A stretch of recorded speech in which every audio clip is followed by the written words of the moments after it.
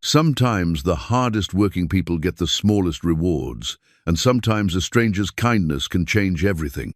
We've all wondered what we'd do if opportunity knocked on our door when we needed it most. Eliza May Henderson has been fighting to keep her family's ranch alive, working from dawn to dusk just to survive. On a stormy night in 1887, a dying gunslinger named Samuel Silvershot Carter collapses at her door. With his final breath, he whispers about a hidden fortune and hands her a blood-stained map. Now bounty hunters, outlaws, and land barons are coming for what Samuel left behind. But why did he choose her? Before we jump back in, tell us where you're tuning in from, and if this story touches you, make sure you're subscribed, because tomorrow I've saved something extra special for you. The October wind carried the scent of snow across the Montana Territory, whistling through the gaps in Eliza May Henderson's cabin walls like a lonesome song. She pulled her father's old wool coat tighter around her shoulders and stepped onto the sagging porch, her boots creaking against the weathered boards. The Henderson Ranch stretched out before her in the pale morning light, 300 acres of stubborn grass and rocky soil that had been in her family for 20 years. 20 years of back-breaking work. And what did she have to show for it? A dozen head of cattle where there used to be 50, a barn that leaked worse than a politician's promises, and a mortgage payment that came due every month like clockwork. At 28, Eliza had already lived through more hardship than most folks saw in a lifetime. Her mother had died birthing her, and her father had raised her alone until consumption took him 3 winters past. The blood-stained map lay folded on her kitchen table, beside the cold cup of coffee she'd been nursing since dawn. Samuel Silvershot, Carter's final words, still echoed in her mind. The treasure, yours. Trust no one. She'd heard stories about Carter in town, how he'd killed 12 men in fair fights, how he'd robbed banks from Texas to Wyoming, how he'd once shot a man's hat clean off his head from 200 yards just to prove a point. But the man who died in her arms hadn't looked like a fearsome gunslinger. He'd looked like somebody's grandfather, with silver hair and kind eyes that held more sadness than malice. His hands had been soft, not the calloused mitts of a working man, and his clothes had been fine quality despite the blood and mud. When she'd searched his pockets, she'd found more questions than answers. The map itself was a mystery. Drawn on what looked like expensive paper, it showed landmarks she didn't recognize: a twisted tree, a rock formation shaped like a woman's profile, a creek that supposedly ran through Devil's Canyon. The handwriting was educated, precise, nothing like what she'd expect from an outlaw. Strange symbols marked certain locations, and at the bottom, in different ink, someone had written, "For the daughter of Thomas Henderson, debt is paid." Her father's name, Thomas Henderson, had been a quiet man, a former cavalry officer who'd come west after the war to start fresh. He'd never spoken much about his past, but Eliza had always sensed there were stories he kept buried.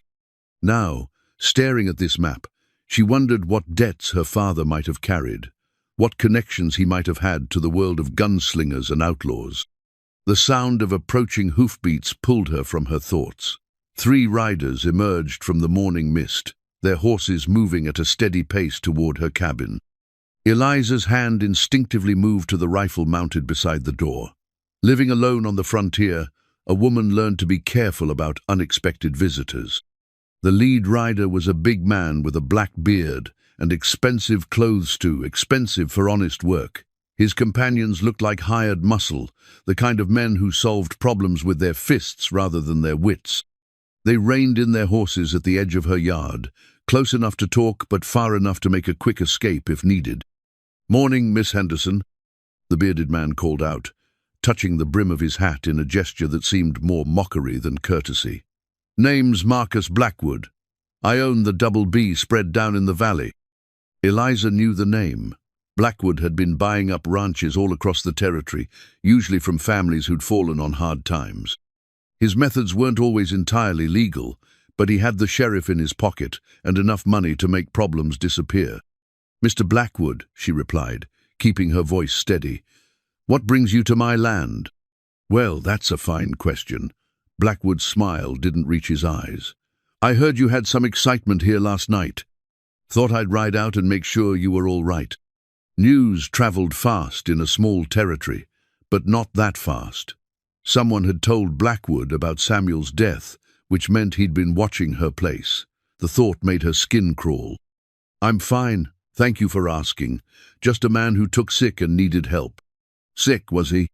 Blackwood's voice carried a note of amusement. That's not what I heard. I heard Samuel Carter died on your doorstep last night. Shame about old Samuel, he was a colorful character. The way he said it made Eliza's blood run cold. Blackwood wasn't just fishing for information. He knew exactly what had happened. More importantly, he knew who Samuel was and why his death mattered. If you already knew, why ask?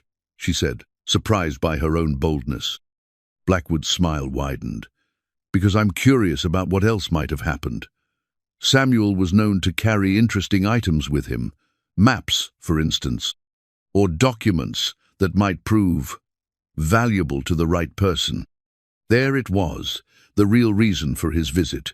Somehow, Blackwood knew about the map. Eliza forced herself to remain calm, though her heart was racing. I'm afraid I don't know what you're talking about.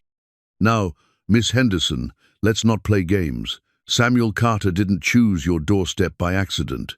He was a careful man who did everything for a reason. If he died here, he left something behind, something that rightfully belongs to more experienced hands. One of Blackwood's men shifted in his saddle, his coat falling open to reveal a gun butt. The threat was subtle, but unmistakable. Mr. Blackwood, Eliza said, gripping the rifle more tightly, I think you should leave my property. Property? Blackwood laughed, but there was no humor in it. Miss Henderson, you're 3 months behind on your mortgage. The bank is about to foreclose on this place. You might want to consider being more cooperative with your neighbors. The words hit her like a physical blow.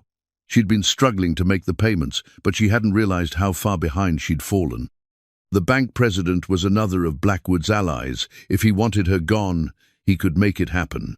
I'll catch up on the payments, she said, though she had no idea how. I'm sure you will. Blackwood gathered his reins, preparing to leave. But if you happen to find anything that belonged to Samuel Carter, you might want to think twice before keeping it. Some treasures are more dangerous than they're worth. As the 3 riders disappeared into the morning mist, Eliza sank into the chair beside her door. Her hands were shaking, and not from the cold. Blackwood's visit had changed everything. What had seemed like a strange stroke of luck now felt like a death sentence. She went back inside and unfolded the map again, studying it with new eyes. Samuel Carter had been more than just a dying gunslinger seeking help. He'd been a man with enemies, a man whose death would bring dangerous attention to anyone who tried to claim his legacy. The treasure he'd promised might be real, but it came with a price that could cost her everything. Yet what choice did she have? The ranch was already lost if she couldn't make the mortgage payments. Her father's legacy would be sold to the highest bidder, probably Blackwood himself. Samuel's map might be her only chance to save what remained of her family's dreams. As she traced the strange symbols with her finger, Eliza made a decision that would change her life forever. She would follow the map, find Samuel's treasure, and discover the truth about her father's connection to the mysterious gunslinger. Whatever dangers lay ahead, they couldn't be worse than the slow death of poverty and defeat. The wind howled through the gaps in the walls, but Eliza May Henderson no longer felt cold. For the first time in years, she felt the warmth of hope burning in her chest. Samuel Carter had given her more than a map, had given her a chance to fight back against the forces that threatened to destroy everything she held dear. Outside, storm clouds gathered on the horizon, but inside the little cabin, a woman was preparing for the greatest adventure of her life. The morning sun cast long shadows across the cabin floor as Eliza spread Samuel's belongings on her kitchen table. Besides the map, she'd found a leather pouch containing items that made her heart race with questions. A gold pocket watch with an inscription she couldn't quite make out, a small silver locket containing a photograph of a woman who looked remarkably like her own mother, and a folded piece of paper with her father's handwriting. Her hands trembled as she unfolded the yellowed document. It was a letter, dated 15 years ago, written in her father's careful script. "Samuel, the debt will be paid when the time comes. Keep the proof safe until then. My daughter must never know about Helena's choice, or the price we all paid for it. When I'm gone, use your judgment. She has her mother's strength and my stubbornness. She'll need both for what's coming. Thomas." Helena, her mother's name. Eliza sank into a chair, staring at the letter until the words blurred. Her father had been in contact with Samuel Carter. They'd shared some kind of secret, something connected to her mother's death. The woman in the locket, could it really be her mother? The resemblance was uncanny, but the face in the photograph looked older, sadder than the young woman in the single portrait her father had kept. A sharp knock at the door interrupted her thoughts. Through the window, she could see two men in dusty coats standing on her porch. They didn't look like Blackwood's men. These were harder, leaner, with the kind of eyes that had seen too much violence. Bounty hunters, most likely drawn by news of Samuel's death. "Miss Henderson," the older man's voice carried a Texas drawl. "Name's Pete Hawkins. This here's my partner, Jim Reeves. We're looking for information about a man who might have passed through here yesterday." Eliza opened the door, but kept her hand on the rifle. "I'm not sure I can help you, gentlemen." "We're tracking Samuel Carter," Hawkins continued. "Man's got a price on his head in 3 states. We heard he might have been seen in these parts. I'm afraid I don't know anyone by that name." Hawkins smiled, but it was the kind of smile a wolf might give a sheep. "Now, Miss Henderson, that's interesting, because the sheriff in town says a man fitting Carter's description died right here on your doorstep last night. Funny thing to forget about." The second man, Reeves, stepped closer to the door. "We ain't here to cause trouble, ma'am. Just want to claim what's ours by right. Carter's been running from justice for 15 years. Time he answered for his crimes." "If the man is dead," Eliza said carefully, "then justice has been served, hasn't it?"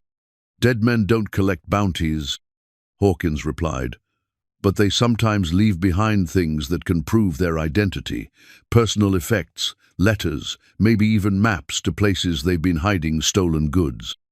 There it was again. Everyone seemed to know about the map.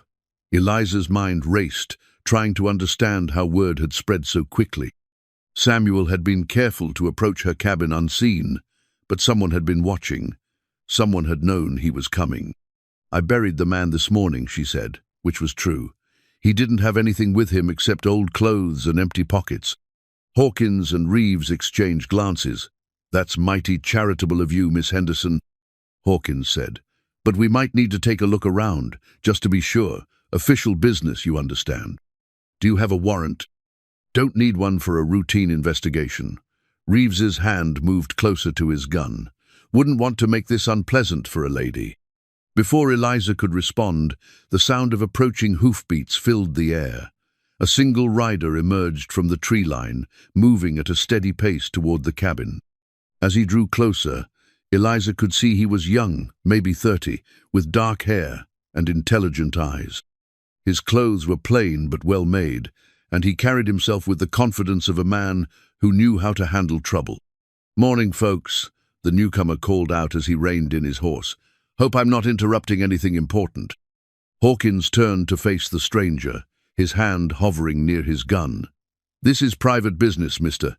You'd best move along." "Jake Morrison," the young man said, dismounting with easy grace. "I'm looking for work, and I heard Miss Henderson might need help with her ranch." He looked directly at Eliza, and she saw something in his eyes, a warning, perhaps, or an offer of assistance. "I'm sorry, Mr. Morrison," she said, playing along with his act, "but I'm not hiring right now." "That's a shame," Jake replied, "especially with winter coming on. A place like this needs a good hand to help with the cattle and repairs." He glanced at the 2 bounty hunters. "These gentlemen friends of yours?" "Just passing through," Hawkins said curtly. "We were just leaving." "Good thing," Jake said, his voice friendly but firm. "I'd hate for Miss Henderson to feel uncomfortable on her own property." The tension in the air was thick enough to cut with a knife. Hawkins and Reeves were clearly outgunned.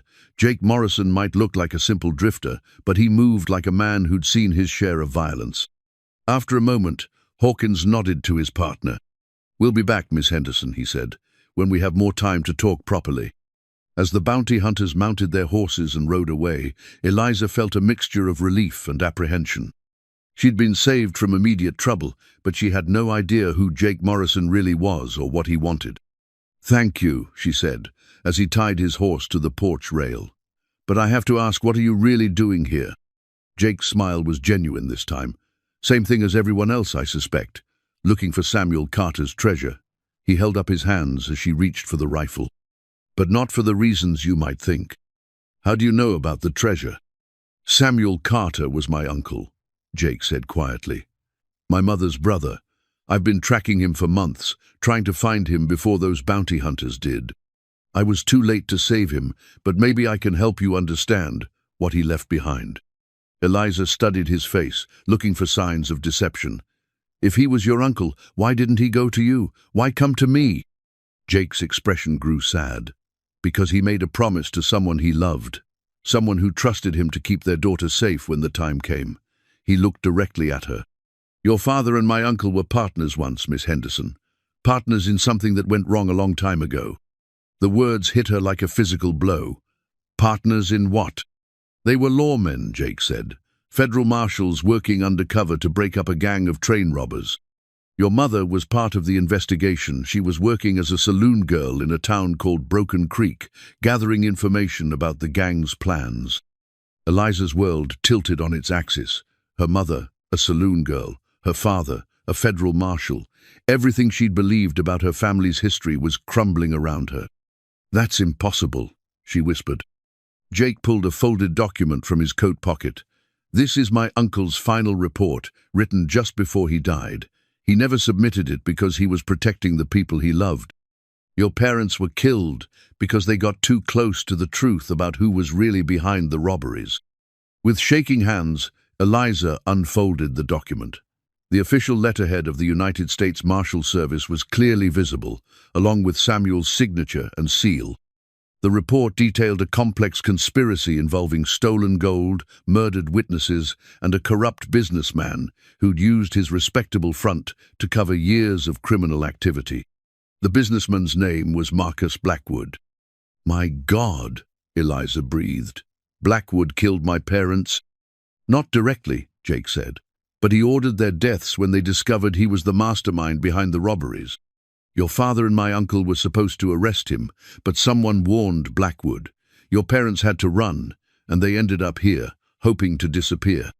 But my mother died in childbirth."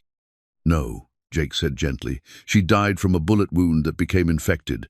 Your father told everyone it was childbirth complications to protect your identity. He was afraid Blackwood would come looking for you someday." The truth crashed over her like a wave. Her entire life had been built on lies-loving lies, told to protect her, but lies nonetheless. Her parents had been heroes, not simple ranchers. They died fighting for justice, not from disease and accident. "The map," she said suddenly. "What does it really lead to?" Jake's expression grew grim. "Evidence," he said. "Enough evidence to bring down Blackwood's entire operation and prove what really happened to your parents. But it's hidden in a place that's guarded by men who shoot first and ask questions later." "Then we go get it," Eliza said, surprised by her own determination. "We?" Jake raised an eyebrow. "Miss Henderson, this isn't a game. Blackwood has killed to protect his secrets before. He won't hesitate to kill again." "Then he'll have to kill me," Eliza said, folding the map and tucking it into her shirt. "Because I'm not running away like my parents did. I'm going to finish what they started." Jake studied her for a long moment, then nodded slowly. "Samuel said you had your mother's strength and your father's stubbornness. I can see he was right." He extended his hand. "Partners." Eliza shook his hand, feeling the calluses of a working man. "Partners. But if you're lying to me, Mr. Morrison, I'll shoot you myself." "I'd expect nothing less," Jake replied. "Now, we'd better get moving. Blackwood's men will be back, and next time they won't be so polite." As they prepared to leave the cabin that had been her home for 28 years, Eliza felt the weight of her parents' legacy settling on her shoulders. She was no longer just a struggling rancher trying to survive. She was the daughter of heroes, carrying on a fight that had been interrupted but never finished. The adventure Samuel Carter had promised her was about to begin, and with it, the chance to reclaim not just a treasure, but the truth about her family and the justice her parents had died trying to achieve. The afternoon sun slanted through the dusty windows of the cabin as Eliza gathered the few belongings she could carry. Jake Morrison watched from the doorway, his eyes scanning the horizon for signs of trouble. They'd agreed to leave before nightfall, but first, Eliza needed to search for any other clues her father might have left behind. "There's something else," she said, kneeling beside the loose floorboard where her father had hidden his most precious possessions. "I found this after he died, but I never understood what it meant." Her fingers closed around a leather-bound journal, its pages yellowed with age. She'd read it countless times over the years, but the entries had seemed like the ramblings of a sick man. Now, with Jake's revelations fresh in her mind, she saw them in a new light. Jake moved closer as she opened the journal to a page marked with a pressed flower. Her father's handwriting was shaky here, written during his final illness, but the words were clear enough. "The children of Helena's betrayal are still out there. Blackwood's reach extends further than we ever imagined. Samuel has the proof, but it's hidden where only the family can find it. The silver medallion will show the way when the time comes. Trust no one who doesn't know the story of the three sisters Helena, Grace, and Faith. They hold the key to everything." Eliza looked up at Jake, her heart pounding. "Three sisters. My mother was Helena, but who were Grace and Faith?" Jake's face had gone pale. "Grace was my mother," he said slowly. "Faith was—" He stopped, running a hand through his hair. "This is more complicated than I thought." "What do you mean?" "The three women weren't just working the same case," Jake said. "They were sisters, real sisters, which means you and I are cousins, Eliza." The revelation hit her like a physical blow. Family. She'd been alone for so long, she'd forgotten what it felt like to have blood relatives. "But why didn't Samuel tell me? Why didn't you say anything?" "Because we weren't sure," Jake replied. "The records were destroyed when the gang was broken up. We suspected there was a connection, but we needed proof." He pointed to the journal. "What else does it say about the medallion?" Eliza flipped through the pages, her father's words taking on new meaning with each entry. Here he mentions hiding something in the old well behind the barn. Something that would prove our family's claim to justice. They made their way to the abandoned well, its wooden frame weathered and cracked. Jake lowered himself into the shallow depths while Eliza kept watch. After several minutes of searching, his voice echoed from below. "Found it," he called out. "There's a metal box wedged into the stones." When he emerged, he was holding a rusted tin container about the size of a jewelry box. Inside, wrapped in oiled cloth, was a silver medallion bearing the image of three women standing together. On the back, an inscription read, "Helena, Grace, faith united in purpose, divided by fate." "It's beautiful," Eliza whispered, running her fingers over the intricate metalwork.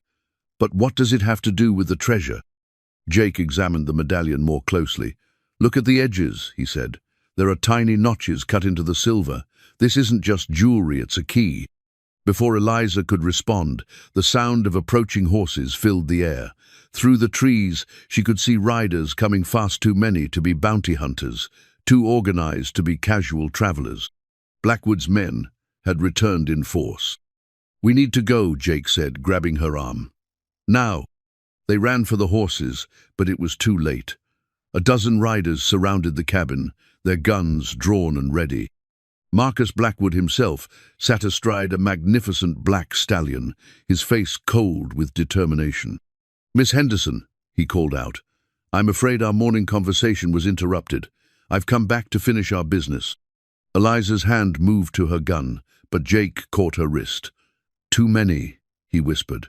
"We need to be smart about this." "Mr. Blackwood," Eliza said, stepping forward with the medallion hidden in her closed fist. "You're trespassing on my land." Your land? Blackwood laughed. I'm afraid not. As of this afternoon, the bank has foreclosed on your mortgage. This property now belongs to me. He held up a legal document. Everything on it belongs to me as well. That's impossible. I haven't received any notice. Banks move quickly when they have reason to believe their interests are threatened. Blackwood cut her off. And harboring fugitives from justice is definitely a threat to their interests. One of his men spoke up. Found tracks leading to the well, boss. Looks like they were digging for something. Blackwood's eyes glittered with satisfaction. How convenient. Mr. Morrison, isn't it? I've heard interesting things about you. Federal Marshal Jake Morrison, working undercover to investigate certain business practices in the territory. Jake's expression didn't change, but Eliza felt him tense beside her. I don't know what you're talking about. Of course you don't, Blackwood said. Just like Miss Henderson doesn't know anything about the map Samuel Carter left her. Just like neither of you know anything about the evidence that could destroy everything I've built. We don't have anything that belongs to you, Eliza said. Everything Samuel Carter ever touched belongs to me. Blackwood snarled. That old fool thought he could hide from his past, but the past always catches up eventually. He took something from me 15 years ago, and I want it back. What did he take? Jake asked. Blackwood's smile was cold as winter. My future, my fortune, my reputation. Samuel Carter and his partners cost me everything when they arrested my associates and seized my gold. I've spent 15 years rebuilding what they destroyed, and I won't let his dying gesture ruin me again. So you admit it, Eliza said. You were behind the robberies. You killed my parents. Your parents were fools who meddled in affairs they didn't understand. Blackwood replied. They could have lived quietly and raised their daughter in peace. Instead, they chose to play heroes. Heroes die, Miss Henderson. It's what they do. The words hit Eliza like a slap, and suddenly the anger that had been building inside her all day erupted. You're going to pay for what you did to them. With what? Blackwood laughed. You have no proof, no evidence, no power. You're a poor rancher who's about to lose everything she owns. I'm a respected businessman with friends in high places. Who do you think people will believe? They'll believe the truth, Jake said quietly. The truth is what I say it is, Blackwood replied. And the truth is that Samuel Carter was a dangerous criminal who died while threatening an innocent woman. The truth is that his accomplices tried to steal from my property and had to be stopped. The truth is whatever I need it to be. He nodded to his men, who began to close in. Search them, find whatever Carter left behind, and if they resist, he shrugged. Well, accidents happen on the frontier. As the hired guns advanced, Eliza felt the weight of the medallion in her palm. Whatever happened next, she couldn't let Blackwood get his hands on it.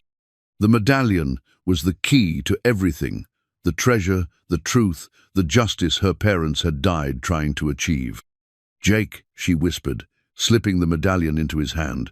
Whatever happens, don't let him get this. Jake's fingers closed around the silver disc. I won't, he promised, but we're not done fighting yet. The first gunman reached for Eliza's rifle, and she made her choice. Instead of submitting, she drove her elbow into his stomach and rolled away from his grasp. Jake drew his gun at the same moment, and suddenly the quiet afternoon exploded into chaos. Gunfire erupted from all directions as Jake and Eliza dove for cover behind the well. Bullets splintered the wooden frame and sent chips of stone flying. They were outnumbered 6-1, with limited ammunition and no way to escape. This isn't going to end well, Jake shouted over the gunfire. Maybe not, Eliza replied, checking her rifle, but I'm not going down without a fight. As the sun began to set over the Montana Territory, the battle for Samuel Carter's legacy had begun in earnest. Whatever secrets the medallion held, whatever treasure awaited them, Eliza May Henderson had chosen to fight for the truth her parents had died protecting. The quiet life of a struggling rancher was over. The adventure of a lifetime was just beginning. The gunfight lasted less than 5 minutes, but it felt like hours. Jake Morrison's aim was true, and his tactical experience showed as he systematically picked off Blackwood's men from behind the well. Eliza found herself moving with instincts she didn't know she possessed, reloading and firing with the precision her father had taught her during long afternoons of target practice. When the smoke cleared, 3 of Blackwood's men lay motionless in the dirt, and the rest had taken cover behind the barn. Blackwood himself had retreated to a safe distance, his face twisted with rage. "This isn't over, Henderson," he shouted. "I'll hunt you to the ends of the earth before I let you destroy everything I've built." "Then you'll have to catch us first," Eliza called back, surprising herself with her boldness. Jake grabbed her arm. "The horses," he said. "We need to move while they're regrouping." They ran for their mounts, keeping low as scattered shots followed them. Jake's horse was a sturdy bay gelding that looked like it had seen hard travel. Eliza's mare, Sunset, was older, but had the kind of endurance that came from years of ranch work. As they rode hard toward the tree line, Eliza looked back at the cabin that had been her home for 28 years. Smoke was rising from the windows. Blackwood's men were burning it down, destroying the last traces of her old life. The sight should have brought tears, but instead she felt a strange sense of liberation. "Where are we going?" she asked Jake as they pushed their horses through the dense forest. "First, we need to get far enough away to study the map properly," he replied. "Then we follow Samuel's trail to the treasure." They rode in silence for an hour, putting distance between themselves and Blackwood's men. When they finally stopped to rest the horses at a hidden stream, Jake pulled out the medallion and examined it by the fading light. "The notches," he said, pointing to the tiny marks along the edge. "They correspond to landmarks on the map." "Look!" He held the medallion against the map, and the notches aligned perfectly with several of the strange symbols Samuel had drawn. "It's ingenious," Eliza breathed. "The map alone wouldn't be enough. You need both pieces to find the treasure." Jake nodded. Samuel was always careful. He knew that if anything happened to him, the treasure would be safe, unless the right person came looking for it. "And we're the right people?" "We're family," Jake said simply. That's what mattered to him. As they prepared to make camp for the night, Eliza found herself studying her newly discovered cousin. He moved with the confidence of a man who'd spent years in dangerous situations.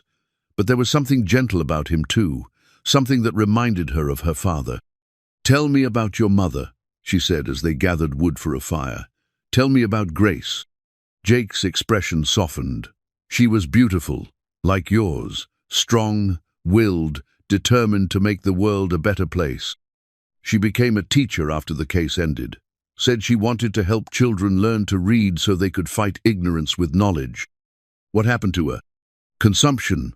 5 years ago, she made me promise to find Samuel and settle the old debts. She never got over what happened to Helena and your father."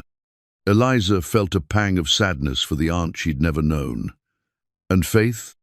Jake's face clouded. "Faith chose a different path. She married a wealthy man from San Francisco and tried to forget everything that happened.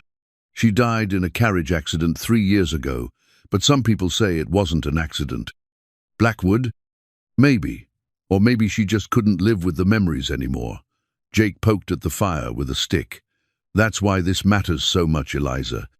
We're the last of the 3 sisters' children. If we don't finish what they started, no one will." The fire crackled between them, casting dancing shadows on the surrounding trees.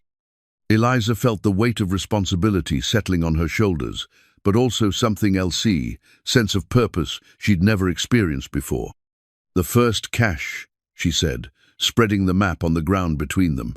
"According to this, it's about a day's ride north in Devil's Canyon." Jake traced the route with his finger. "That's rough country. Lots of places for an ambush, and the terrain is treacherous. If Blackwood's men are following us—" "They are," Eliza said with certainty. "He won't give up that easily." "Then we need to be smarter than they are." Jake studied the map more carefully. "This symbol here, near the canyon in transit, looks like a warning mark. Samuel wouldn't have put it there without reason." "What kind of warning?" "The kind that keeps honest people away and dishonest people dead." Jake looked up at her. "Are you sure you want to do this? Once we start down this path, there's no going back. Blackwood will never stop hunting us." Eliza thought of her parents, of the life they'd sacrificed for justice. She thought of Samuel Carter, dying in her arms to deliver a message about debts and promises. She thought of the burned cabin and the foreclosed mortgage, and the certain knowledge that running away would solve nothing. "I'm sure," she said, "but I need to know something first. Are you really a federal marshal?" Jake's smile was rueful. I resigned my commission 6 months ago to investigate Samuel's case. Officially, I'm just a concerned citizen seeking justice for his family. And unofficially? Unofficially, I'm a man who's tired of watching criminals prosper while good people suffer. He met her eyes across the fire. My badge didn't give me the authority to do what needs to be done, but family does. They shared a moment of understanding. Two people who'd lost everything to the same evil man, now united by blood and purpose. Eliza felt something stirring in her chest, not just determination, but something warmer. Jake Morrison was handsome in a weathered, honest way that reminded her of the heroes in the dime novels she'd read as a girl. "We should take turns on watch," Jake said, seemingly unaware of her thoughts. "Blackwood's men might try to track us in the dark." Eliza nodded, pulling her father's coat tighter around her shoulders. "Jake, thank you for coming when you did. If you hadn't shown up, you would have found another way," he said confidently. "Samuel was right about you having your mother's strength. I saw it today when you stood up to Blackwood." As the fire died down to glowing embers, Eliza lay on her bedroll and stared up at the stars. For the first time in years, she wasn't alone. She had family, purpose, and hope. The treasure might be real, or it might be a dream, but the chance for justice was worth any risk. Tomorrow, they would ride into Devil's Canyon and begin unraveling the mystery Samuel Carter had died to preserve. Tonight, she would rest and prepare for whatever dangers lay ahead. The silver medallion pressed against her chest, where she'd hidden it beneath her shirt, warm from her body heat. Somewhere in the darkness, she could hear Jake moving quietly around their camp, keeping watch with the vigilance of a man who'd learned to trust no one completely. But she trusted him. Family was all they had left, and family was enough. The morning brought grey skies and the scent of rain on the wind. Eliza woke to find Jake already studying the map, a cup of coffee steaming in his hands. He'd been up most of the night, she realized, keeping watch while she slept. "Devil's Canyon is about 6 hours north," he said, without looking up.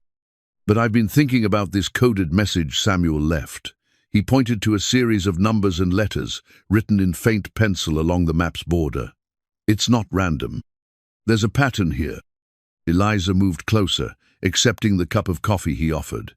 The warmth felt good against her cold fingers. "What kind of pattern?" "Military code," Jake said. "Something they taught us in the Marshal Service for sending secure messages. If I'm reading this right, Samuel wasn't just hiding treasure, he was hiding evidence that could destroy Blackwood's entire network." He pulled out a pencil and began working out the code on the back of an old envelope. After several minutes, words began to emerge. Bank records hidden with gold, Blackwood's partners named, federal evidence vault 7 miles past canyon mouth, trust the banker's daughter when moon is full. Eliza stared at the decoded message. "Bank records? What bank?" "The Territorial Bank in Helena," Jake said grimly. "The same bank that just foreclosed on your ranch, and I'll bet the banker's daughter is someone we haven't met yet." They broke camp quickly, aware that every hour gave Blackwood more time to organize pursuit. As they rode north through increasingly rough terrain, Eliza found herself stealing glances at Jake. The morning light caught the strong lines of his face, and she noticed the way he unconsciously checked their surroundings, every few minutes the habits of a man who'd lived with danger. "Tell me about being a marshal," she said as they navigated a narrow trail between towering rock formations. Jake was quiet for a moment. It was good work, mostly, tracking down men who thought they could escape justice by heading west. But there was too much politics, too many compromises with men like Blackwood who had money and influence. "Is that why you quit?" "I quit because I realized the badge wasn't enough. Some crimes require a more personal kind of justice." The trail began to climb steeply, winding through pine forests that blocked most of the sky. Eliza's mare was breathing hard, but she was tough and used to mountain travel. Jake's horse seemed equally at home in the rough country. As they crested a ridge, the landscape opened up before them, a vast canyon system carved by centuries of wind and water. In the distance, Eliza could see the distinctive rock formation that Samuel had marked on his map, a towering spire that looked like a woman's profile against the grey sky. "Devil's Canyon," Jake said. "Legend says it got its name because so many people who go in never come out." "Cheerful," Eliza muttered, but she was studying the terrain with growing excitement. Somewhere down there was the first piece of Samuel's puzzle evidence that could bring down the man who'd killed her parents. They made their way down into the canyon, following game trails that wound between massive boulders and stunted trees. The rock walls rose hundreds of feet on either side, creating an echo chamber that amplified every sound. Eliza found herself speaking in whispers, though she couldn't say why. "There," Jake said, pointing to a narrow side canyon barely wide enough for a horse and rider. "That matches the drawing on the map." The passage was so tight, they had to dismount and lead their horses through single file. The walls pressed in on either side, and Eliza began to understand why Devil's Canyon had such a fearsome reputation. It would be easy to get lost in here, easier still to be trapped by enemies with high ground. After 20 minutes of careful navigation, the passage opened into a hidden valley about the size of a small ranch. Ancient petroglyphs covered the rock walls, and a clear spring bubbled up from underground to form a small pond. It was beautiful and mysterious, untouched by the outside world. "According to the map," Jake said, "the cache should be near those fallen rocks on the far side of the spring." They tied the horses and approached the indicated spot cautiously. Using the medallion as a key, Jake measured distances and angles until he found what he was looking for, cleverly concealed opening behind a boulder that looked like it had been there since the mountains were young. Inside the natural cave, they found Samuel's first gift, a metal strongbox hidden beneath a pile of carefully arranged stones. Jake lifted it out with reverent hands, and Eliza held her breath as he opened the lock with a key hidden inside the medallion's design. The box contained more than just gold, though there was plenty of that coins and nuggets worth more than Eliza had ever imagined. But the real treasure was the documentation, bank records showing transfers of stolen money, correspondence between Blackwood and his criminal associates, and detailed records of bribes paid to corrupt officials. "My God," Eliza whispered, reading through a letter that outlined plans to kill 3 federal marshals working undercover in Broken Creek. He planned it all. Every murder, every robbery, every cover-up. Jake held up a photograph that made his hands shake with anger. It showed Blackwood shaking hands with a group of men Eliza recognized from wanted posters, the most notorious outlaws in the territory. This proves he was their leader, not just a fence for stolen goods. But the most shocking discovery was a birth certificate for a girl named Faith Morrison, born to Helena Henderson and adopted by a wealthy San Francisco family. The certificate bore official seals and signatures, including one from a judge who was known to be in Blackwood's pocket. "Faith wasn't your mother's sister," Eliza said slowly. "She was my sister, my twin sister." Jake stared at the document in amazement. That means I'm not alone," Eliza finished. "I had family I never knew about, and Blackwood made sure we never found each other." Tears stung her eyes as she thought of the sister who died alone in San Francisco, never knowing she had family who would have loved and protected her. The sound of voices echoing through the canyon interrupted their revelations. Jake quickly stuffed the documents back into the strongbox while Eliza gathered the gold. They had what they came for, but they weren't alone anymore. "How many?" Jake whispered, drawing his gun. Eliza listened carefully to the approaching voices. "At least 6, maybe more, and they know exactly where we are." They had 2 choices: try to escape through the narrow passage they'd entered by, or make a stand in the hidden valley. Either way, they'd be outnumbered and outgunned by men who had no interest in taking prisoners. "The other passage," Jake said, pointing to what looked like another opening on the far side of the valley. "It's not on the map, but it might lead out of here." They loaded their saddlebags with the most important documents and as much gold as they could carry, then led their horses toward the unknown passage.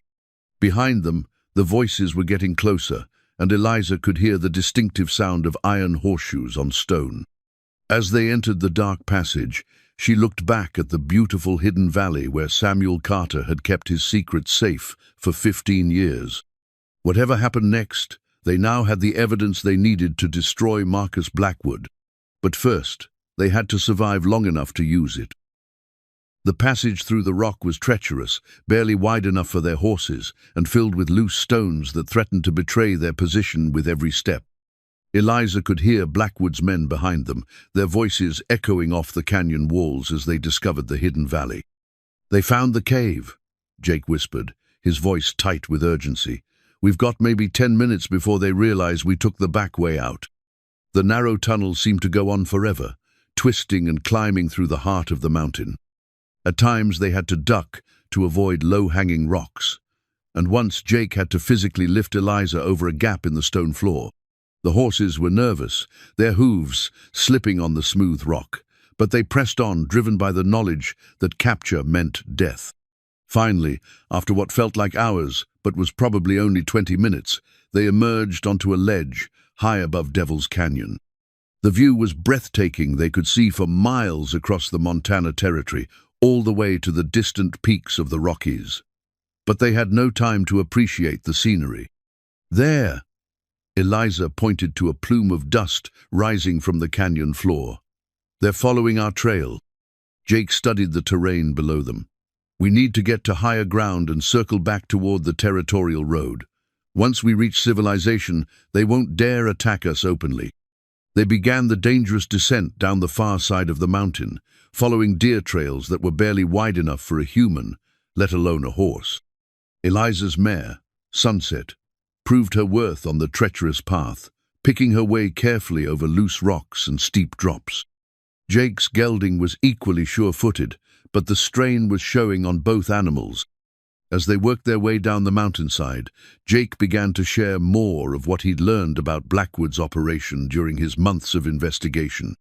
"He's not just a territorial crime boss," Jake explained as they paused to rest the horses. "He's connected to a network that stretches from California to Colorado.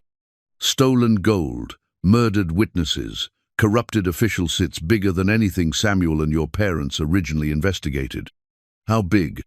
"Big enough that taking him down will require more than just local law enforcement. We'll need federal intervention, maybe even territorial government involvement." Eliza felt a chill that had nothing to do with the mountain air. "You're talking about something that could take years. Or it could happen very quickly, if we can get the evidence to the right people," Jake said. "The banker's daughter that Samuel mentioned in his code, I think she might be our key to exposing the whole conspiracy." They resumed their descent, but the going was getting more difficult. The horses were tired, and storm clouds were gathering overhead, threatening rain that would make the rocky trails even more dangerous. Eliza was beginning to think they might not make it to safety when Jake suddenly held up his hand. "Listen," he said. In the distance, they could hear the sound of approaching horses, not from behind them, but from ahead. Someone was climbing up from the valley below, moving fast and with purpose. "More of Blackwood's men?" Eliza asked. Jake shook his head, his expression puzzled. "I don't think so. The timing's wrong, and they're not trying to be quiet." A few minutes later, they had their answer. A young woman on a paint horse came into view around a bend in the trail, riding with the confidence of someone who knew these mountains well. She was probably 25, with auburn hair braided down her back, and the kind of clothes that suggested both prosperity and practicality. "You folks look like you could use some help," she called out as she approached. "I'm Catherine Banks. My father owns the Territorial Bank in Helena." Jake and Eliza exchanged glances, the banker's daughter exactly, who Samuel's coded message had told them to trust. "Miss Banks," Jake said carefully, "what brings you up here?" "I've been watching for you," Catherine replied. "Samuel Carter visited my father 3 weeks ago and left instructions. If anyone came looking for information about Marcus Blackwood's accounts, I was to provide assistance." "Your father helped Samuel?" Eliza asked. Catherine's expression grew grim. "My father has been gathering evidence against Blackwood for 2 years. Blackwood forced him to foreclose on honest people's properties and launder money through illegal loans. Dad finally had enough and started keeping records. Records that could prove Blackwood's criminal activities. Records that could put him in federal prison for the rest of his life," Catherine confirmed. "But Dad's been too frightened to act. Blackwood has threatened our family, and he has the sheriff in his pocket." Jake looked back toward the canyon, where the dust cloud was getting closer. "Miss Banks, we need to get out of these mountains. Blackwood's men are tracking us, and they're not interested in taking prisoners." "I know a safe route," Catherine said. "Follow me." She led them down a hidden trail that was invisible from below, a path that wound through stands of pine trees and across rocky outcroppings that would leave no tracks. It was clear she'd used this route before, probably to avoid unwanted attention from Blackwood's men. As they rode, Catherine shared what she knew about Blackwood's operations. Her father's bank had been forced to handle transactions for a network of criminals that stretched across 3 states. Gold stolen from mines, money from bank robberies, profits from illegal gambling and prostitution, it all flowed through accounts that Blackwood controlled. "The worst part," Catherine said, "is that he's been using the bank to foreclose on honest people's property, then selling it to his criminal associates for development. Your ranch was just the latest in a long line of thefts disguised as legal business." Eliza felt a surge of anger. Her family's ranch hadn't been lost to bad luck or poor management, it had been stolen as part of a deliberate conspiracy. The foreclosure that had seemed like the end of her world was actually just another crime in Blackwood's long list of offenses. "What about the evidence?" Jake asked. "Where is your father keeping the records?" "In a secret vault beneath the bank," Catherine replied. "Samuel helped him design it. The combination requires both a key and a specific date, the date Helena Henderson died." The words hit Eliza like a physical blow. Even 15 years later, her mother's death was still part of the fight for justice. Samuel Carter had made sure that Eliza would be the only person who could access the final pieces of evidence needed to destroy Blackwood. "There's something else," Catherine continued. "Samuel left a message for his family. He said to tell you that the debt is finally paid and Helena's daughters can rest in peace." Daughters, plural. The revelation about Faith being her twin sister was still fresh, but now Eliza understood the full scope of what had been taken from her. She'd lost not just her parents, but her sister, her heritage, and 15 years of family she could have known and loved. They reached the bottom of the mountain as the sun was setting, emerging onto a well-traveled road that led toward Helena. In the distance, Eliza could see the lights of the territorial capital, a beacon of civilization after their harrowing escape through Devil's Canyon. "We'll rest tonight at my family's house," Catherine said. "Tomorrow, we'll open the vault and gather everything we need to bring down Marcus Blackwood once and for all." As they rode toward town, Eliza felt the weight of the silver medallion against her chest and the responsibility of carrying on her parents' fight. The hidden cache had provided evidence and gold, but the real treasure was the knowledge that she wasn't alone in her quest for justice. With Jake beside her and Catherine guiding them, she finally had allies who understood what was at stake. Tomorrow, they would take the fight to Blackwood on his own territory. Tonight, for the first time in her adult life, she would sleep knowing that family was nearby and justice was within reach. The Banks family home was a substantial 2-story house on the respectable side of Helena, with gas lamps in the windows and a wrought iron fence that spoke of prosperity and permanence. Catherine's father, William Banks, was a distinguished man in his 50s with prematurely grey hair and the kind of worried expression that comes from years of carrying dangerous secrets. "Miss Henderson," he said as they gathered in his study after dinner, "Samuel Carter spoke of you often during our meetings. He was very proud of the woman you'd become, even though he could never reveal his connection to your family." Eliza sat forward in her chair, still struggling to understand the full scope of the conspiracy that had shaped her life. "Mr. Banks, how long did you know Samuel?" 20 years, Banks replied. He saved my life during the war, and we stayed in touch afterward. When I came west to establish the bank, he helped me understand which businessmen could be trusted and which ones were hiding criminal enterprises. Jake studied the older man carefully. But you ended up doing business with Blackwood anyway. Banks's face flushed with shame. I had no choice. Blackwood had evidence of certain irregularities in my early business practices. Nothing criminal, you understand, but embarrassing enough to ruin my reputation. He used that leverage to force me to handle his transactions. What kind of irregularities? Eliza asked gently. I may have been too lenient with loan approvals for war widows and struggling families, Banks admitted. Technically against bank policy, but morally the right thing to do. Blackwood threatened to expose these acts of charity as evidence of financial irresponsibility. Catherine moved to stand beside her father's chair. That's when Dad started keeping detailed records of everything Blackwood forced him to do. Every illegal transaction, every forged document, every bribber documented it all. And Samuel helped you hide the evidence? Samuel designed the vault system, Banks confirmed. He said that someday Helena's daughter would come looking for the truth. The vault can only be opened by someone who knows the exact date of your mother's death and has the silver medallion to serve as a key. Banks led them to the basement of the house, where a seemingly ordinary wine cellar concealed the entrance to something far more significant. Hidden behind a false wall was a steel door that looked like it belonged in a federal bank, not a private home. Samuel spared no expense, Banks explained as he began working the combination lock. This vault is fireproof, waterproof, and virtually impossible to break into without the proper keys. The massive door swung open to reveal a room lined with steel filing cabinets and a large safe. Catherine lit several oil lamps, revealing the scope of her father's documentation project. Hundreds of files filled the cabinets, each one meticulously labeled and organized. "My God," Jake breathed, pulling out a file marked Blackwood Associates, murder contracts. This is enough evidence to convict half the criminal population of the Western Territories. But it was the large safe that held the most shocking revelations.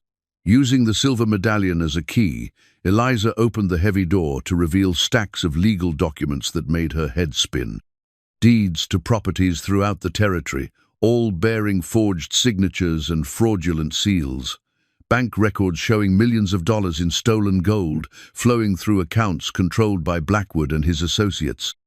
And at the bottom of the pile, a collection of documents that changed everything she thought she knew about her family's story. "These are original federal marshal commissions," she said, her voice barely above a whisper, "for Thomas Henderson, Samuel Carter, and—" She stopped, staring at the third name on the list. William Banks. The banker's face went pale. "You weren't supposed to see those." Jake moved closer, his hand instinctively moving toward his gun. "You were a federal marshal? You were part of the original investigation?" "I was the third member of the team," Banks admitted. "Thomas and Samuel were the field agents, but I was the one who handled financial investigations and evidence gathering. When the case went wrong and your parents were killed, I was ordered to establish a new identity and continue monitoring Blackwood's operations." Eliza felt the world spinning around her. "You've been watching Blackwood for 15 years? You could have stopped him at any time, but you let him continue killing and stealing." "I was gathering evidence," Banks said desperately. "Building an airtight case that would bring down his entire network, not just Blackwood himself. If I'd acted too soon, his associates would have scattered and continued their operations elsewhere." "While you were gathering evidence," Jake said coldly, "how many people died? How many families lost everything they owned?" Catherine stepped between her father and the accusations. "He saved more people than you know. Every family he approved for lenient loans, every warning he passed to honest businessmen about Blackwood's scheme. She's been fighting this war in his own way." But Eliza was staring at another document that made her blood run cold. It was a death certificate for Faith Morrison, dated 3 years earlier, signed by a doctor in San Francisco. The cause of death was listed as accidental poisoning. But there was a note attached in Banks's handwriting. Autopsy results confirm murder by strychnine. Investigation suppressed by local authorities at request of unnamed federal official. Faith was murdered, she said, her voice hollow with shock. My sister was murdered, and you covered it up. Banks's shoulders sagged with the weight of 15 years of secrets. Faith had started asking questions about her adoption. She hired a private investigator to trace her birth parents.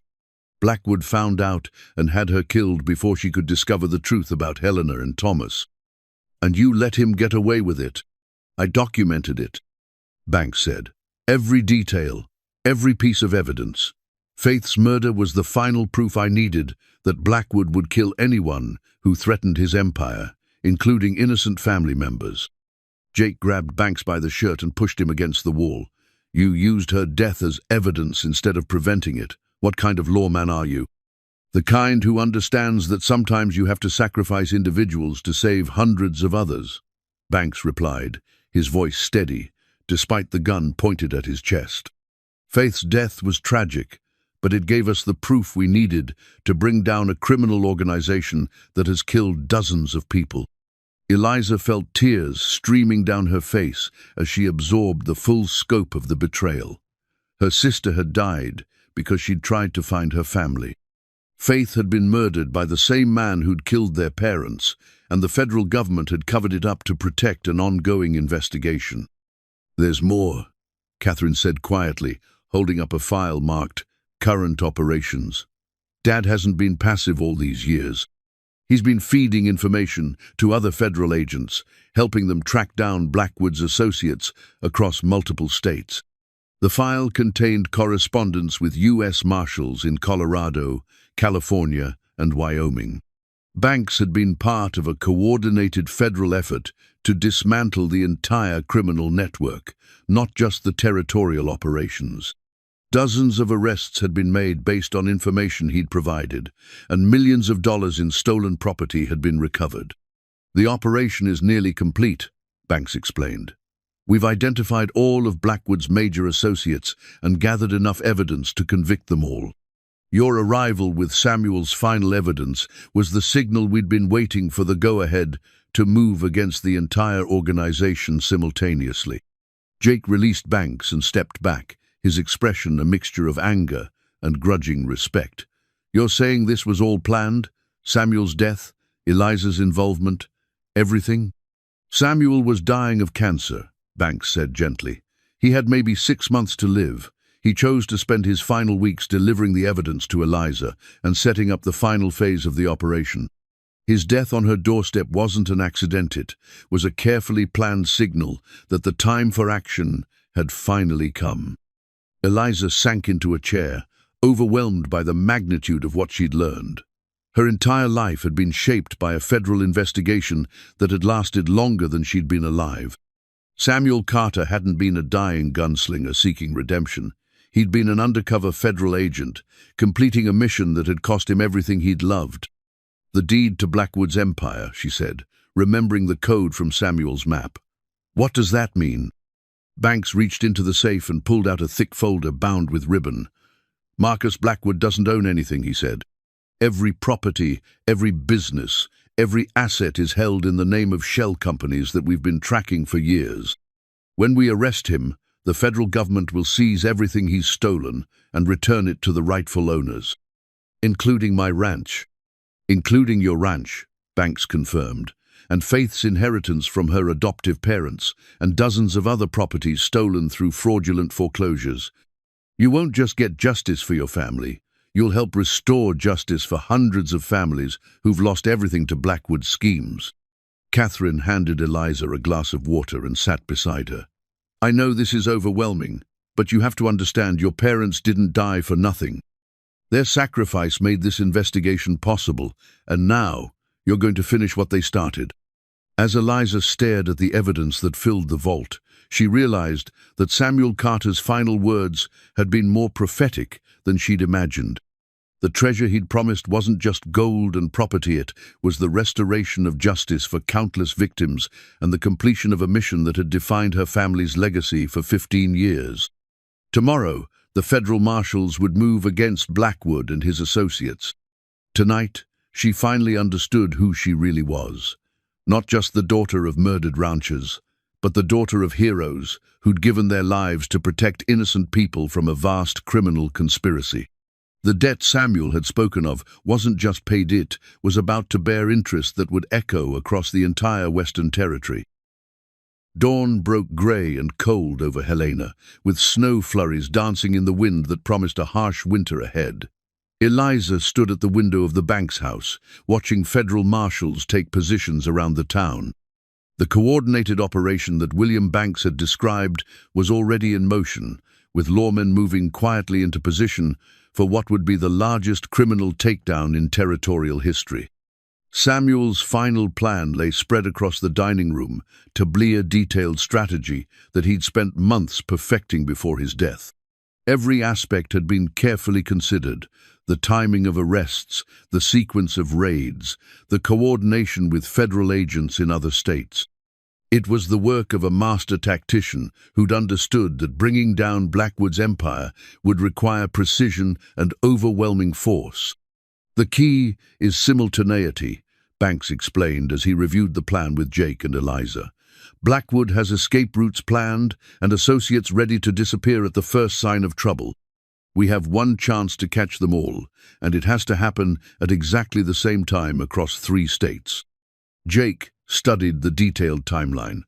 What's our role in all this? You're the bait, Banks said bluntly. Blackwood knows you have Samuel's evidence, and he'll do anything to get it back. We need him to come to us, in a place where we can control the situation and ensure the safety of innocent bystanders.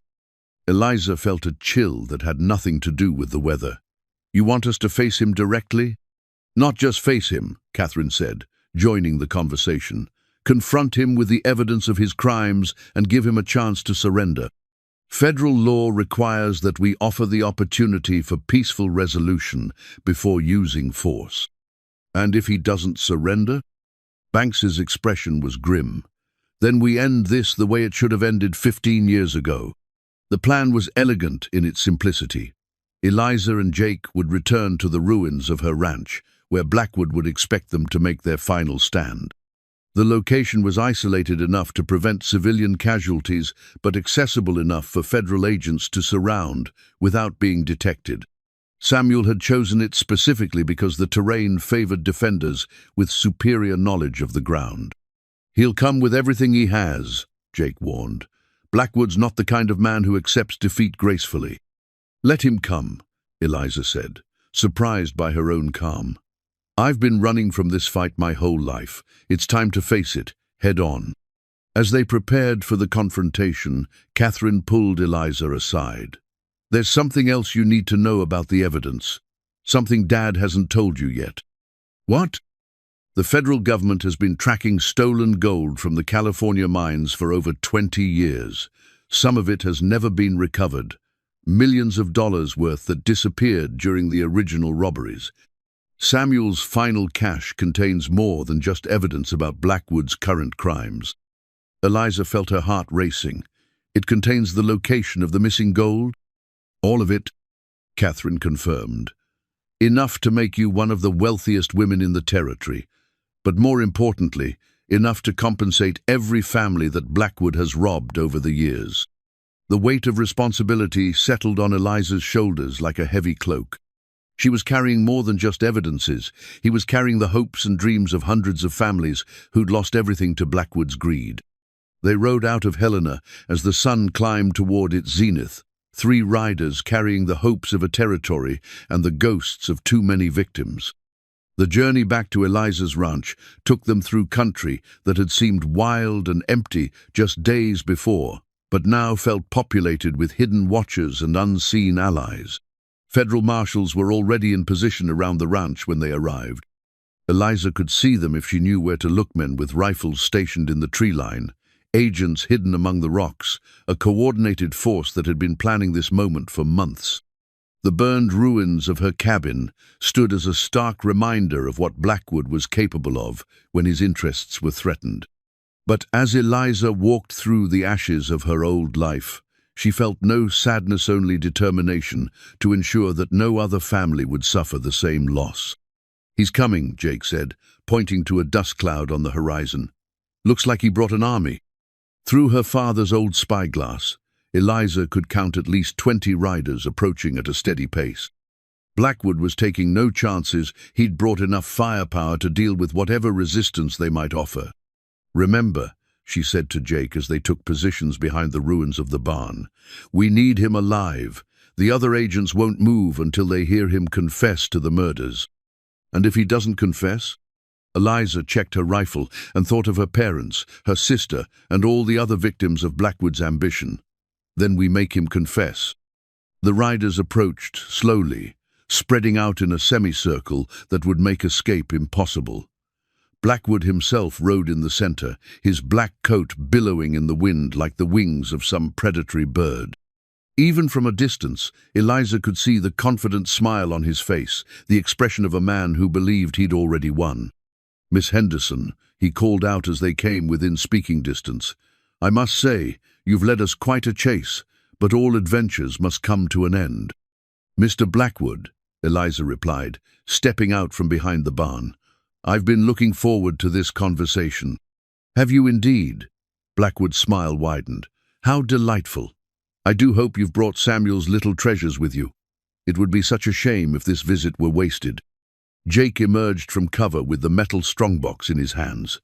"Looking for this?" "Ah, the mysterious Mr. Morrison. Or should I say, former Federal Marshal Morrison." Blackwood's voice carried a note of amusement. "Did you really think I wouldn't investigate your background? I know exactly who you are and why you're here." "Then you know this is over," Jake said. "We have everything we need to destroy your entire operation." Blackwood laughed, a sound like glass breaking in the cold air. "My dear boy, you have nothing. A few forged documents, some stolen gold, the testimony of a disgraced banker who's been embezzling from his own institution for years. Do you really think a territorial court will convict a respected businessman on such flimsy evidence?" "What about the federal evidence?" Eliza asked, her voice steady despite the fear gnawing at her stomach. "What federal evidence?" Blackwood's smile was predatory. "Poor Samuel Carter was a dying man, ravaged by cancer, and desperate to ease his conscience before meeting his maker. Who's to say he didn't fabricate those documents in a delusional attempt to blame others for his own crimes?" The confidence in his voice made Eliza's blood run cold. Blackwood had thought of everything, prepared for every eventuality. Even with all the evidence they'd gathered, he still believed he could escape justice. "You killed my parents," she said, stepping closer. "Your parents were criminals who died while resisting arrest." Blackwood replied smoothly. "I have signed statements from 3 witnesses who saw Thomas Henderson draw his gun on a federal marshal. Self-defense, nothing more." "And my sister, Faith Morrison?" For the first time, Blackwood's expression showed a flicker of genuine surprise. "Your sister? Miss Henderson, I'm afraid your grief has addled your wits. You had no sister." "Faith Morrison was my twin," Eliza said, pulling out the birth certificate they'd found in the vault. "Separated at birth and adopted by a family in San Francisco. She was murdered 3 years ago, when she started investigating her true parentage." Blackwood studied the document, his eyes narrowing. "Interesting. I wasn't aware that Helena had twins. It explains why she was so protective of her secrets." He looked up at Eliza with what might have been genuine admiration. "You know, Miss Henderson, you remind me very much of your mother. She had the same stubborn streak, the same refusal to accept reasonable offers." "What offers?" "I offered Helena a comfortable life as my mistress," Blackwood said matter-of-factly. "A house in San Francisco, fine clothes, security for her children. All she had to do was forget what she'd learned about my business affairs." The casual way he spoke about his attempted corruption of her mother made Eliza's hands shake with rage. "She chose my father instead. She chose poverty and death instead," Blackwood corrected. "A foolish decision that cost her everything she might have protected. If she'd been more reasonable, you would have grown up in luxury instead of squalor." Jake's voice cut through the tension like a knife. You're confessing to attempted bribery of a federal agent. I'm reminiscing about old times with a beautiful woman who should have chosen more wisely, Blackwood replied. There's no crime in that. But his men were getting restless, and Eliza could see some of them glancing nervously at the tree line. Professional criminals developed instincts about ambushes, and something about the situation was making them uncomfortable. Boss, one of them called out, this don't feel right. Too quiet, too easy. Blackwood raised his hand for silence, his eyes scanning the surrounding terrain with new wariness. Yes, I'm beginning to sense the same thing. Miss Henderson, I don't suppose you'd care to explain why this feels like a trap. Because it is a trap, a new voice said from behind Blackwood's men. Federal Marshal Thomas Hartley emerged from concealment, his badge gleaming in the afternoon sun, and his rifle trained on Blackwood's back. He was followed by a dozen other marshals, all armed and positioned to prevent escape. Marcus Blackwood, Hartley said in a voice that carried across the ruins, you're under arrest for conspiracy, murder, robbery, and treason against the United States government. For a moment, the tableau held like a frozen painting 20 armed criminals surrounded by federal agents, with Eliza and Jake caught in the middle. Then Blackwood began to laugh again, the sound even more chilling than before. Marshal Hartley, he said without turning around, I should have expected you to orchestrate this little drama. Always were one for theatrical gestures. Drop your weapons, Hartley commanded. All of you. This doesn't have to end in bloodshed. Doesn't it? Blackwood asked. I'm afraid you're mistaken, Marshal. This was always going to end in bloodshed. The only question is whose. The criminal leader's hand moved slowly toward his gun, and Eliza realized that despite being outnumbered and surrounded, Marcus Blackwood had no intention of surrendering. He would rather die fighting than face justice for his crimes. Wait, she called out, stepping between Blackwood and the federal marshals. There's something you need to hear first. She pulled Samuel's final letter from her pocket, the one document she hadn't shared with anyone else.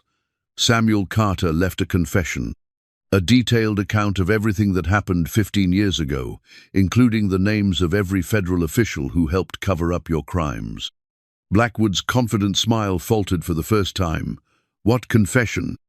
The confession that explains how you corrupted Judge Morrison in San Francisco to arrange Faith's adoption. How you bribed Marshal Davidson to falsify the reports about my parents' deaths. How you've been paying protection money to territorial officials for over a decade.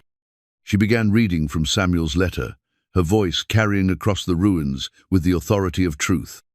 I, Samuel Carter, being of sound mind and facing imminent death, do hereby confess my role in the cover-up of crimes committed by Marcus Blackwood and his criminal organization. For 15 years, I have remained silent while innocent people suffered and died.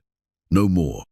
The letter contained names, dates, and details that made even Blackwood's hardened men shift uncomfortably in their saddles. It was a complete indictment of a conspiracy that reached from the territorial government to federal offices in Washington. The confession is already in the hands of the Attorney General, Jake added. Whether you surrender or not, the investigation will continue. The only question is whether you face trial or a firing squad. Blackwood's face had gone pale, but his eyes still burned with defiant rage. You think this changes anything? You think justice matters in a world where power makes the rules? I think justice is all that matters, Eliza replied, and justice is what my family has been fighting for since the day you murdered my parents. The moment stretched like a wire about to snap, with 20 federal marshals and 20 criminals, all waiting for someone to make the first move. In the center of it all stood Eliza May Henderson, no longer a struggling rancher, but the daughter of heroes, carrying the hopes of a territory and the promise of justice too long delayed. The final confrontation was about to begin. The silence stretched for what felt like eternity, broken only by the wind whistling through the burned timbers of Eliza's cabin. 20 federal marshals faced 20 hardened criminals in a standoff that would determine the fate of the entire territory. At the center of it all, Marcus Blackwood sat on his black stallion like some dark emperor, weighing his options with the calculating mind that had kept him alive and prosperous for so many years. "The smoking gun evidence," Marshal Hartley said, his voice cutting through the tension. "Samuel Carter didn't just leave a confession, Blackwood. He left proof." Jake reached into the strongbox and pulled out a thick manila envelope sealed with red wax. "Financial records showing every bribe you've paid, every official you've corrupted, every murder you've ordered. Signed receipts, correspondence, bank transfers, all of it, documented and verified." Blackwood's confident mask was beginning to crack. Those documents could be forgeries. "They could be," Eliza agreed, stepping closer to his horse. "But they're not. And you know they're not because you've been meticulous about keeping records. Samuel told us that you never trusted your associates completely. You always kept evidence against them in case they ever turned on you." "What he didn't expect," Jake continued, "was that his own banker would be documenting his crimes as well. William Banks has been copying every transaction, every transfer, every illegal deal you've forced him to process." From the tree line, Catherine Banks emerged with a leather satchel in her hands. 15 years of evidence, Mr. Blackwood. Every crime you've committed since you started using my father's bank for your money laundering operation." The criminal leader's eyes flicked from face to face, calculating odds and possibilities. Some of his men were already eyeing the federal marshals nervously, clearly beginning to understand that this wasn't a fight they could win. "Boss," one of them said quietly, "maybe we should." "Shut up," Blackwood snapped. "I'm thinking." But Eliza could see that his thinking was leading him toward violence rather than surrender. There was something in his posture, a subtle shift in his weight that reminded her of a snake coiling to strike. "You can't kill all of us," she said. "Even if you somehow fought your way out of here, there are federal agents in 3 states ready to arrest your associates. The operation is already over, Mr. Blackwood. The only question is whether you go to prison or to the grave." "Prison?" Blackwood's laugh was bitter. "Do you really think a man like me would survive a week in federal prison? Do you think the associates I'd be betraying would let me live long enough to testify?" For the first time, Eliza heard something like fear in his voice. Marcus Blackwood wasn't just a criminal. He was a man trapped by his own crimes, surrounded by enemies he'd created through years of murder and betrayal. "Then help us catch them," Marshal Hartley said. "Cooperate with the investigation. Testify against the corrupt officials. Help us clean up the mess you've made." "And spend the rest of my life looking over my shoulder?" Blackwood shook his head. "I think not, Marshal. I'd rather die as Marcus Blackwood than live as a federal informant." His hand moved toward his gun, and Eliza knew the talking was over. But before anyone could draw their weapons, a new voice cut through the tension. "Daddy!" A young girl, maybe 10 years old, came running from the direction of the road. She was well-dressed and beautiful, with dark hair and eyes that looked remarkably like Blackwood's. Behind her, a woman in an expensive traveling dress was calling out in alarm. "Emily, come back here." Blackwood's face went white as the girl ran straight toward his horse, oblivious to the armed men surrounding her father. "Daddy, Mama said you were in trouble and we came to help." The criminal leader's carefully constructed world crashed down around him as he realized his family had walked into the middle of his final confrontation. His wife and daughter, the 2 people he'd been trying to protect with all his illegal schemes, were now in the line of fire. "Emily, no," he said, his voice breaking as he dismounted and caught the girl in his arms. "You shouldn't be here, sweetheart. It's not safe." "Are these the bad men Mama told me about?" Emily asked, looking around at the federal marshals with curiosity rather than fear. Marshal Hartley lowered his rifle slightly. "Nobody's going to hurt you, little miss. This is between us and your father." "My daddy's not a bad man," Emily said firmly. "He builds schools and hospitals and helps people who don't have money." The words hit Eliza like a physical blow. Even as she'd been preparing to see justice done, she hadn't considered that Blackwood might have a family innocent people who loved him and depended on him.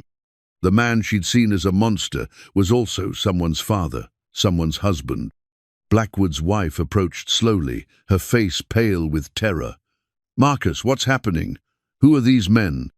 "Federal marshals, darling," Blackwood said gently. "They think I've done some terrible things." "Think?" Eliza couldn't help herself. "You killed my parents. You murdered my sister. You've destroyed dozens of families with your crimes." Mrs. Blackwood stared at her in shock. "That's impossible. My husband is a businessman. He helps people." "He does help people," Catherine Banks said quietly. "He's donated thousands of dollars to schools and orphanages. He's built hospitals and funded churches. The question is where that money came from." The complexity of the situation was overwhelming.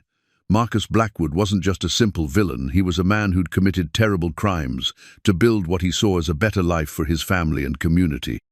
The money he'd stolen had indeed helped innocent people, even as it destroyed others. "The choice is still yours," Marshal Hartley said. "Surrender peacefully and your family won't have to watch you die." Blackwood looked down at his daughter, then at his wife, then at the federal agents surrounding him. For a moment, Eliza thought he might actually surrender. Then his expression hardened with desperate resolve. "I'm sorry," he said to his family. "I'm sorry for everything." His hand went to his gun, and the afternoon exploded into chaos. Federal marshals shouted warnings as criminals reached for their weapons. Emily screamed as her father pushed her away from danger. Mrs. Blackwood cried out in terror as bullets began flying over their heads. But Eliza was already moving, diving toward Emily and her mother to shield them from the crossfire. Jake was beside her, his gun drawn, but aimed away from the civilians caught in the middle of the battle. The smoking gun evidence scattered across the ground as the strongbox fell from Jake's hands, but it no longer mattered. The final confrontation between justice and corruption had begun, and only one side could survive. The gunfight erupted with devastating intensity, but it was over almost before it began. Federal marshals had trained for this moment, coordinating their fire with military precision. Blackwood's men, despite their reputation as hardened criminals, were caught off guard by the overwhelming force arrayed against them. Eliza threw herself over Emily Blackwood, shielding the child with her own body as bullets whined overhead. Jake covered Mrs. Blackwood, pushing her down behind the ruins of a stone wall that had once been part of Eliza's garden. The acrid smell of gunpowder filled the air, mixing with the dust kicked up by panicking horses. "Stay down," Eliza whispered to Emily, who was sobbing in terror. "It'll be over soon." Through the chaos, she could see Marcus Blackwood fighting with the desperate courage of a man who knew he was doomed. His gun blazed as he took cover behind his fallen horse, but he was directing his fire away from where his family had taken shelter. Even in his final moments, he was trying to protect the people he loved. Marshal Hartley's voice cut through the gunfire. "Surrender, Blackwood. Your men are down. It's over." Indeed, most of the criminals were either dead or wounded. The federal agents had positioned themselves perfectly, creating crossfire zones that made resistance futile. But Blackwood continued fighting, reloading with practiced efficiency as he kept the marshals at bay.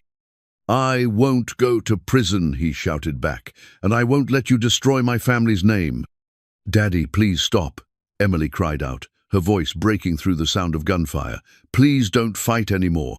The desperate plea seemed to pierce through Blackwood's defenses more effectively than any bullet. He paused in his firing, looking toward where his daughter was hidden behind the stone wall. In that moment of hesitation, Eliza saw something that changed everything. Blackwood's coat had fallen open, revealing a badge pinned to his vest, a tarnished silver star that she recognized from her father's old belongings. It was a federal marshal's badge, identical to the one Thomas Henderson had carried. "My God," she breathed, understanding flooding through her like ice water. "You're a federal marshal too." The realization made Jake look up sharply. "What did you say?"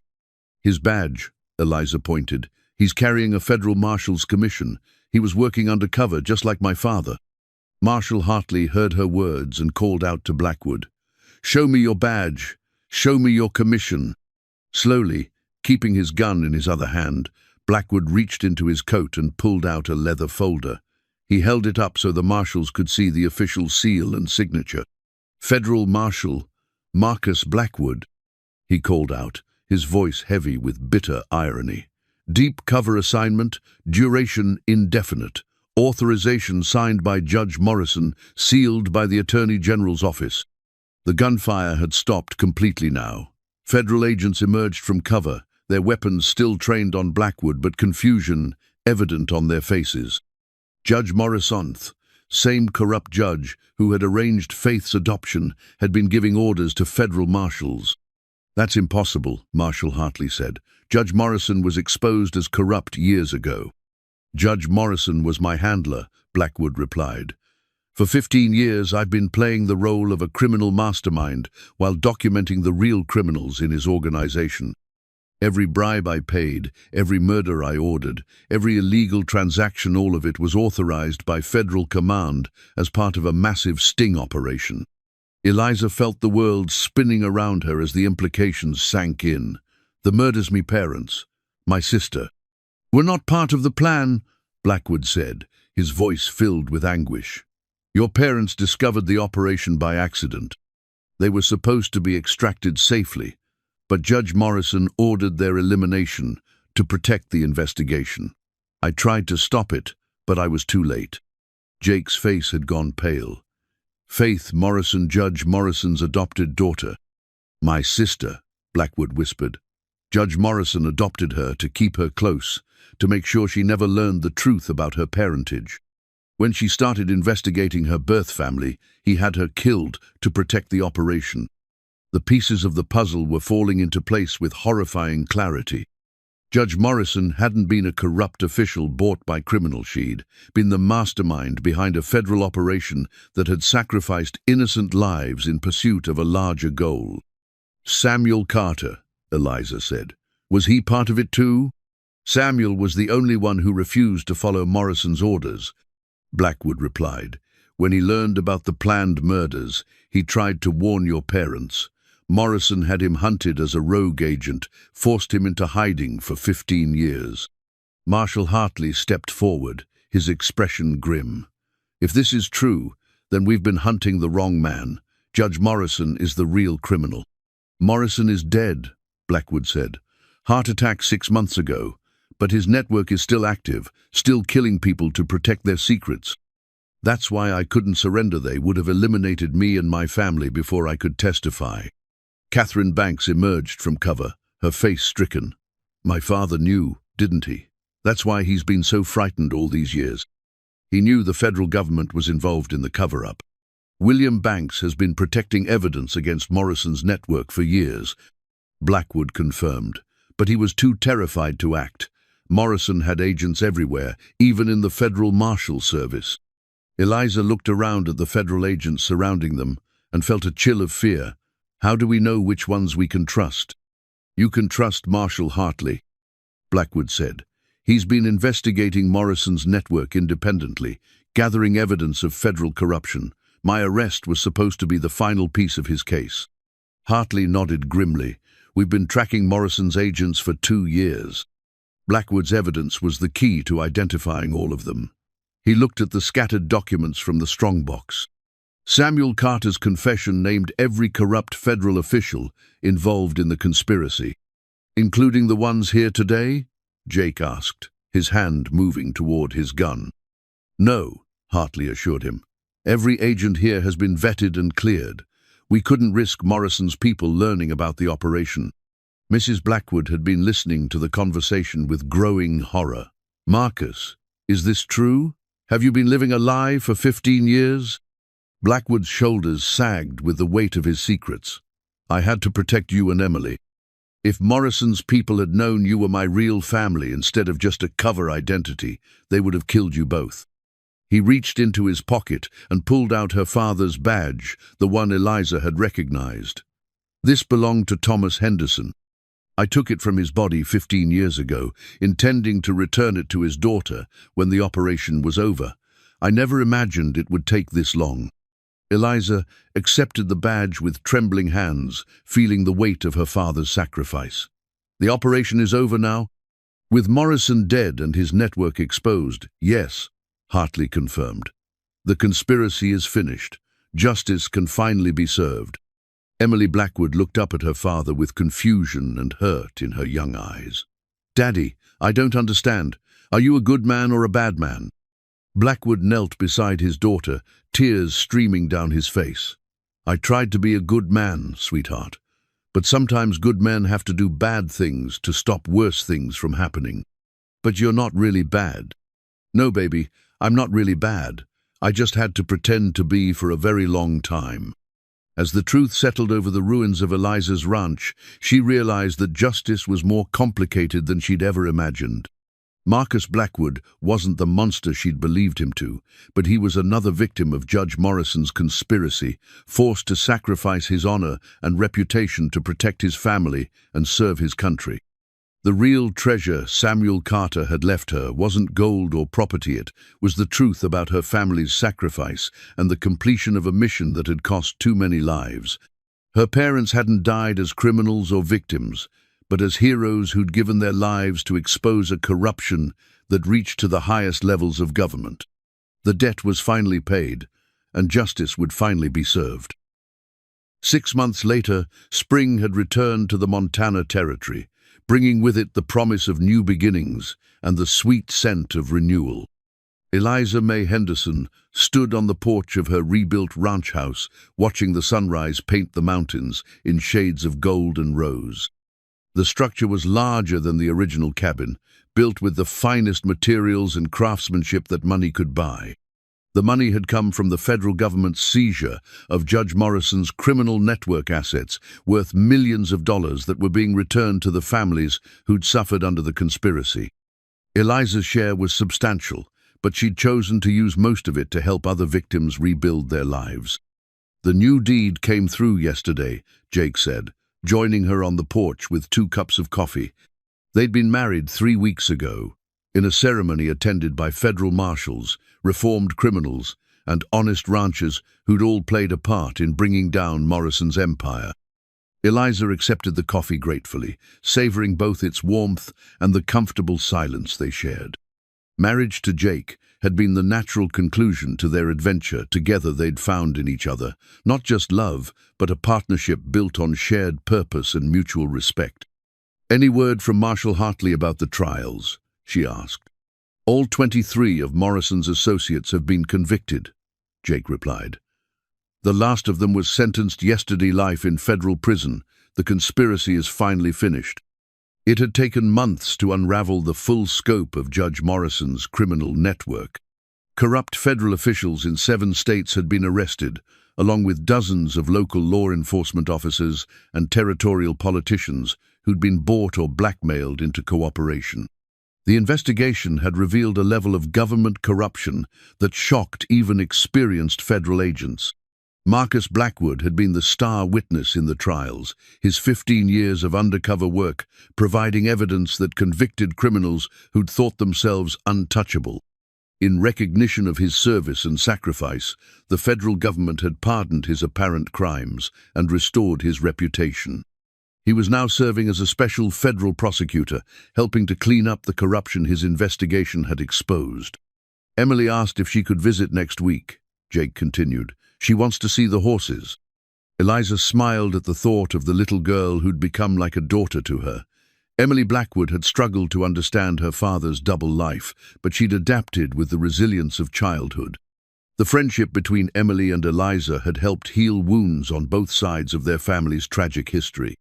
Catherine Banks approached from the direction of the barn, leading a magnificent chestnut mare that had been a wedding gift from her father. William Banks had been vindicated by the investigation, his years of secret documentation proving crucial to convicting Morrison's network. He'd been reinstated as a federal marshal and was now helping to rebuild the territorial banking system on honest foundations. "The papers from San Francisco arrived this morning," Catherine said, handing Eliza a thick envelope. "Everything about Faith's adoption and her real parentage." Inside the envelope were documents that told the complete story of Eliza's twin sister, a brilliant, beautiful woman who'd been denied the chance to know her real family, but had lived a life of kindness and purpose, despite the lies surrounding her origin. There were photographs, letters, and testimonials from people whose lives Faith had touched during her brief time on Earth. "She was a teacher," Eliza said, studying a photograph of Faith standing with a group of immigrant children in front of a San Francisco schoolhouse. Just like Grace Morrison, her aunt. The resemblance between the twins was unmistakable, but there were differences too. Faith had lived a life of privilege and education, while Eliza had known hardship and struggle. Yet both had inherited their mother's strength and their father's determination to help others. "There's something else," Catherine said gently. "Faith left a will. She never married, and she left everything to my unknown sister, if she can ever be found. The lawyers have been looking for you for 3 years. The inheritance was substantial enough to fund schools and hospitals across the territory, continuing Faith's work of helping children and families in need. It was a final gift from the sister Eliza had never known, a legacy of love that transcended death and distance." As the morning sun climbed higher, Eliza found herself thinking about Samuel Carter and the debt he'd died to repay. His sacrifice had set in motion events that brought justice to hundreds of victims and exposed corruption that might have continued for decades. The treasure he'd promised wasn't just gold and property, it was the restoration of truth and the triumph of justice over evil. "Do you ever regret it?" Jake asked, following her gaze toward the mountains where their adventure had begun. "Giving up the quiet life for all this complexity?" Eliza considered the question seriously. The past 6 months had been filled with trials, investigations, and the difficult work of rebuilding lives and communities shattered by years of corruption. There had been times when she'd longed for the simple challenges of ranch work and the peaceful solitude of her old life. "No," she said finally, "my parents didn't raise me to hide from responsibility. They died fighting for justice, and now I get to see that fight completed." Jake nodded, understanding in his eyes. "What's next then? We've got enough money to live comfortably for the rest of our lives, but somehow I don't see you settling for comfort. The territorial governor wants to appoint me as a special investigator," Eliza said. "There are still corrupt officials who escaped Morrison's network, still families who need help recovering what was stolen from them. Dangerous work." "Important work," she corrected. "And I won't be doing it alone." Jake's smile was warm with promise. "Partners?"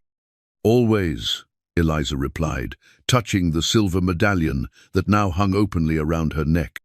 It had become a symbol not just of her family's legacy, but of the bond between all the families who'd suffered under Morrison's conspiracy and found strength in each other. As they stood together on the porch of their new home, watching the territory wake up to another day of freedom and possibility, Eliza felt the presence of everyone who'd sacrificed to make this moment possible. Her parents, her sister, Samuel Carter, and all the other victims whose deaths had finally been avenged. The debt was paid, the treasure was found, and justice had finally been served. But more than that, the love and courage that had sustained 3 generations of her family would continue through the children she and Jake would raise, the communities they would serve, and the example they would set for others who faced impossible odds. Eliza May Henderson had started her adventure as a struggling rancher trying to save her family's legacy. She was ending it as a woman of wealth and influence, with the power to protect other families from the kind of tragedy that had shaped her own life.